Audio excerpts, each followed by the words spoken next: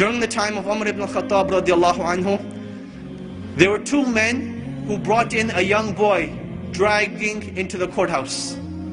So Umar ibn al-Khattab radiallahu anhu, he asks him, what is this? What is going on? Why are you dragging him into the courthouse?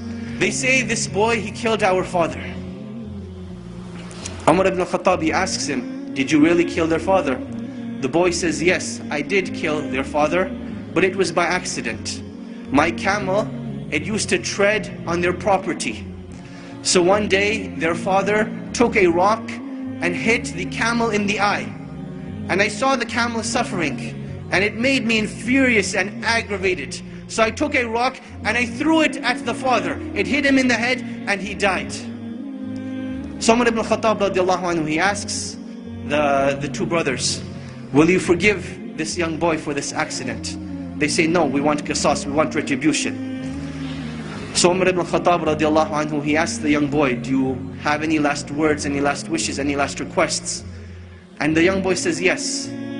My father passed away and I have a younger brother. And my father left some money behind for my younger brother. I would like 3 days to go and retrieve this wealth from a hidden place, so that I can make sure my brother gets it when I die and pass away.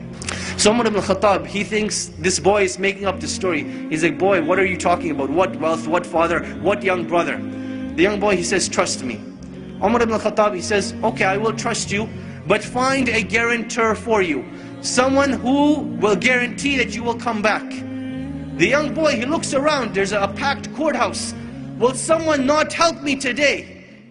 And everyone, as the boy's looking around, they turn their face away, they turn their faces down. No one wants to help this boy.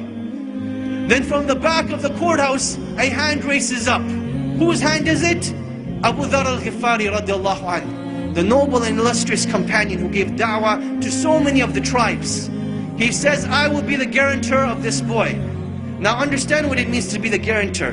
Meaning that if this boy does not come back, it is the head of Abu Dharr al-Ghifari radiallahu anhu that will be chopped off, that he will be killed. Abu Dharr al-Ghifari, he says, I will be the guarantor. So the boy goes away. The first day goes by, the boy is nowhere to be seen. The second day goes by, the boy is still nowhere to be seen. Asr time comes on the third day. The two brothers go to Abu Dharr al-Ghifari radiallahu anhu, and they say, come with us to the courthouse. It is time. Abu Dharr al-Ghifari radiallahu anhu says, I will come to the courthouse, but the day does not end until Maghrib. So now Abu Dharr al-Ghifari is walking through Medina with these two brothers. They're going to the courthouse. And the people of Medina are following behind them, all getting to the courthouse to see what is going to happen. It is now the talk of the town. You can imagine, minutes are going by, the courthouse is filling up, the anxiety is building up.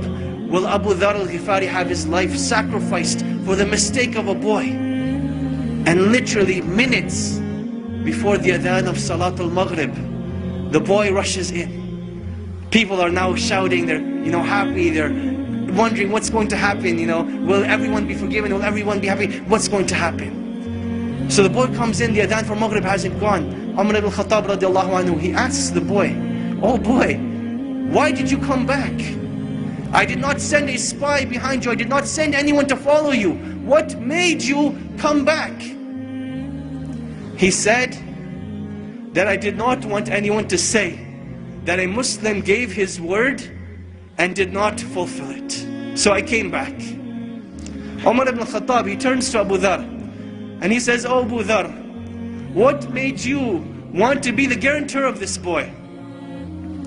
He says, I saw a Muslim in need and I did not want anyone to ever say that a Muslim was in need and no one was there to help him.